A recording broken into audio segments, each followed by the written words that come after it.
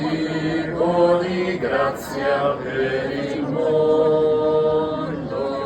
Ben ritrovati da Margherita Lorusso. Anche ad Altamura domenica 22 giugno si è tenuta la celebrazione del Corpus Domini. Cibo di grazia per il mondo.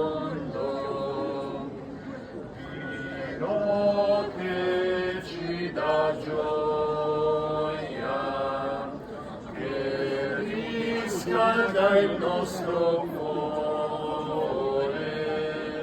Sei per noi il prezioso frutto della vigna del Signore.